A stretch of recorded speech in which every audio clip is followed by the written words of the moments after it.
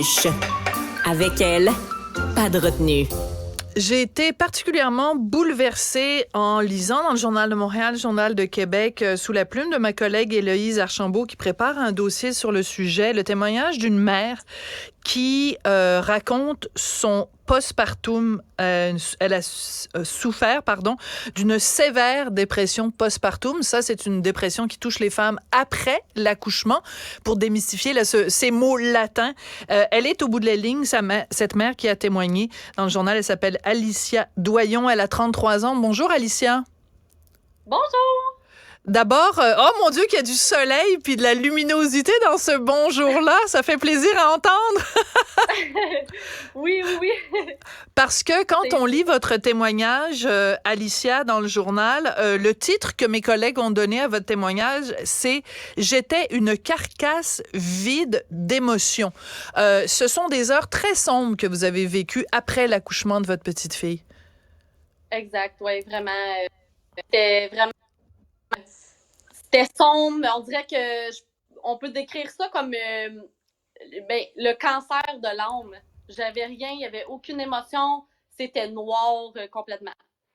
Je parlais, en toute transparence, je parlais de votre histoire avec des collègues plus jeunes qui n'ont pas d'enfants et qui essayaient de comprendre ce qui se passe dans la tête d'une mère qui fait un postpartum. Et une de mes collègues disait, avec beaucoup de candeur et de naïveté, elle disait, comment ça se fait qu'on se sent si triste alors qu'on a dans nos bras un enfant, puis un enfant, c'est merveilleux, puis c'est plein de bonheur. Est-ce que vous pouvez expliquer à ma collègue, qu'est-ce qui se passe dans la tête? On a un enfant, on devrait être super heureuse. Pourquoi on n'est pas heureuse, Alicia? Parce que ma situation elle a été un peu complexe. Tu sais, j'ai pas eu un accouchement naturel, j'ai pas pu prendre mon enfant, j'ai pas pu avoir le lien, faire le pot à pot après l'accouchement, c'est vraiment important. Fait que c'est sûr que d'accoucher de la vie, tout ça, c'est vraiment, sérieusement, c'est merveilleux, mais c'est vraiment ma situation qui a fait en sorte que j'ai pris un autre chemin, là, tu sais, que d'être joyeuse d'avoir mon enfant parce qu'elle a été dans un incubateur, je pouvais pas la prendre, elle a été transférée à l'hôpital dans la nuit à Sainte-Justine, fait que tu sais, au CHUM, pardon. Puis c'est ça, dans le fond, c'était pas un accouchement comme de rêve, là. Fait que c'est sûr je comprends. Puis je veux que vous compreniez bien, il n'y a aucun jugement dans la réflexion de ma collègue, il n'y a aucun jugement dans ma question, mais c'est vrai qu'on a tellement idéalisé la maternité que c'est pour ça que la société aussi a tendance à dire chut aux femmes qui souffrent de dépression postpartum parce qu'on veut pas le savoir. On veut que toutes les femmes soient rayonnantes, lumineuses, un vrai rayon de soleil quand elles viennent d'accoucher et ça n'est pas toujours le cas. Pourquoi vous avez choisi de témoigner à visage découvert dans le journal? C'était quoi votre but? Vraiment de faire connaître aux autres mères que oui, on peut toucher le fond, puis on peut s'en remettre, puis il y a des façons d'aller chercher de l'aide. C'est sûr que, tu sais, des fois, au début, tu le dis, ah, ça va pas, puis tu fais juste te faire dire, ben, t'es fatigué, c'est normal, mais non, c'est pas toujours normal de se sentir comme ça. Fait que c'était juste pour, dans le fond, je voulais témoigner pour aider d'autres mères à comprendre puis à se sentir pas seule dans cette situation-là, dans le fond. Alors, on va passer en revue certaines des manifestations de cette dépression postpartum pour que les gens comprennent bien. Vous avez développé différentes obsessions. Vous étiez obsédé, par exemple, la stérilisation des biberons, la santé de votre bébé, la peur de manquer d'argent. Et l'exemple que vous donnez, c'est son œil coulait, puis j'avais peur qu'elle devienne aveugle. Mais c'était pas juste une petite pensée qui vous traversait comme ça. C'était dans votre tête, là, c'était vrai ce qui se passait. Ah oui, vraiment, là. Tu sais, c'est qu'elle était à l'hôpital, fait qu'on dirait que je voyais tout, genre, c'était dupliqué, là, tout, moi, elle avait une petite affaire, tu sais, c'était normal pour un bébé, là, d'avoir ça, mais moi, je me disais, mon Dieu, elle va mourir, je prenais sa température sans cesse, moi, j'étais vraiment obsédée par sa santé, parce qu'elle avait été à l'hôpital, oui. Puis, ça, fait que je voyais tout, là, fois 100 décuplé, puis mon anxiété, elle a pris le dessus complètement, là. à un moment donné, vous êtes tellement déprimé que vous pensez à donner votre enfant en adoption. Et ça, je vous trouve très courageuse, Alicia, de parler de ça, parce que c'est tabou, très, très tabou. Vous avez vraiment sérieusement envisagé ça, vous étiez plus capable. Exact. Ouais, j'ai même dit sur le coup des émotions à d'autres amis. J'en avais une amie que elle voulait tomber enceinte, puis ça fonctionnait pas, puis j'ai dit est-ce que tu veux la prendre, je te donne. Puis ça l'a tellement comme bouleversée que je lui dis ça, j'étais comme aïe aïe, mais sur le coup, j'avais pas le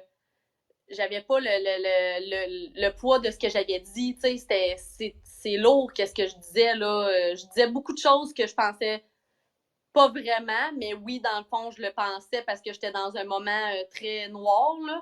Mais oui, j'ai pensé à vouloir la donner puis m'en débarrasser, là. Moi, je voulais qu'elle parte, là, dans le fond, là. Je la voulais plus. Ce sont des mots très durs à entendre, mais je vous trouve encore une fois très courageuse de les dire parce que c'était ça. Et c'est important de nommer votre réalité. À un moment donné, vous avez aussi, parce que vous parlez d'abandonner votre enfant, mais vous avez aussi envisagé de vous abandonner vous-même et de commettre l'irréparable. Qu'est-ce qui a fait que vous vous êtes accroché à la vie? Je sais pas, ben souvent je demandais beaucoup d'aide à ma sœur, puis ma sœur c'est la personne la plus importante dans ma vie, là, elle est toujours là, toute présente, puis je la voyais que ça lui faisait mal de voir que je me sentais pas bien, puis je pense peut-être c'est à cause d'elle que genre j'ai dit ça se peut pas filer de même, ça se peut pas penser ça, vouloir faire du mal à un bébé, c'est inconcevable, fait que j'ai juste dit j'ai appelé le 811 puis j'ai dit là ça suffit, genre je peux plus avoir ces pensées là, faut que quelqu'un m'aide à passer par-dessus là. Et c'est à ce moment-là que vous avez été hospitalisé en psychiatrie. C'est très important aussi de démystifier ça, hein, la maladie mentale ou enfin les problèmes de santé mentale sont des problèmes de santé comme les autres. Là, il n'y a pas de tabou à avoir là-dessus. Aujourd'hui, 20 octobre 2023, vous allez comment, Alicia? Ah, je vais tellement bien là, vraiment là, j'ai tout repris ma vie en main. Mon enfant, je l'aime plus que tout au monde. Je ferais n'importe quoi pour elle. Je suis en amour complètement par-dessus la tête avec elle. Genre, c'est tellement le fun, la voir se développer, tout ça. Je pourrais pas m'en passer là, maintenant que je vais bien puis que j'ai passé par-dessus. Là, c'est tellement beau là, d'avoir fait une si belle. C'est beau petit humain, là, tu sais, c'est merveilleux, là. Fait que, mais non, je vais extrêmement bien.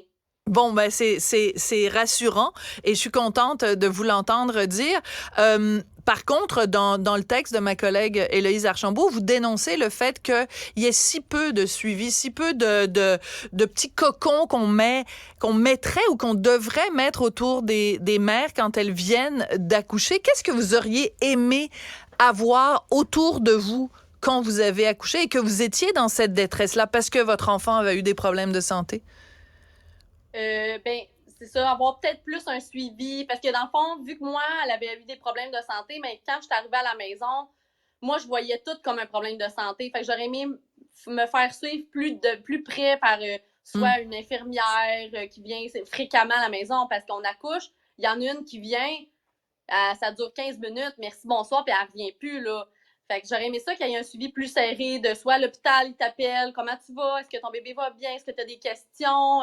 Mais non, tu sais, tu t'en vas à la maison, puis c'est ça, tu sais, puis c'est aussi des enjeux de trouver, c'est stressant, là, tu sais, tu veux trouver un rendez-vous pour ton bébé, pour son suivi de 3 semaines, on dirait que tu trouves personne, il n'y a pas de, tu sais, ils ne donnent pas de lien, de prends un rendez-vous là-bas, tu vas avoir un rendez-vous rapidement, mais il n'y a pas ça, tu sais, c'est... Je trouvais qu'on n'est pas assez suivi. Après mon postpartum, moi, j'ai une infirmière qui m'a suivi à la maison, puis c'était merveilleux, là. Pour vrai, il devrait avoir ça presque à tous les accouchements. Une infirmière qui vient à la maison 2-3 fois par semaine, puis qui te rassure, puis qui travaille. Elle a travaillé fort pour le lien de moi puis mon bébé aussi, là. Tu sais, le lien, des fois, c'est pas tout de suite le coup de foudre puis l'amour fou pour ton enfant. Mais c'est ça, tu sais, elle a travaillé fort avec moi pour créer le lien, puis que que je me sente bien avec elle et tout ça. Fait que ça, c'est le plus beau suivi que j'ai eu, là. Ah, ben ça, ça fait plaisir à entendre. Alicia Doyon, mère de famille, merci d'être venue témoigner. Puis je pense qu'il y a beaucoup de femmes qui vont se reconnaître dans votre témoignage. Puis ça se termine quand même avec un message d'espoir, puis un encouragement aussi à la société civile de construire ce filet social-là qui est souvent déficient. Merci beaucoup, Alicia. Oui, ça me fait plaisir. Merci. Bye bye.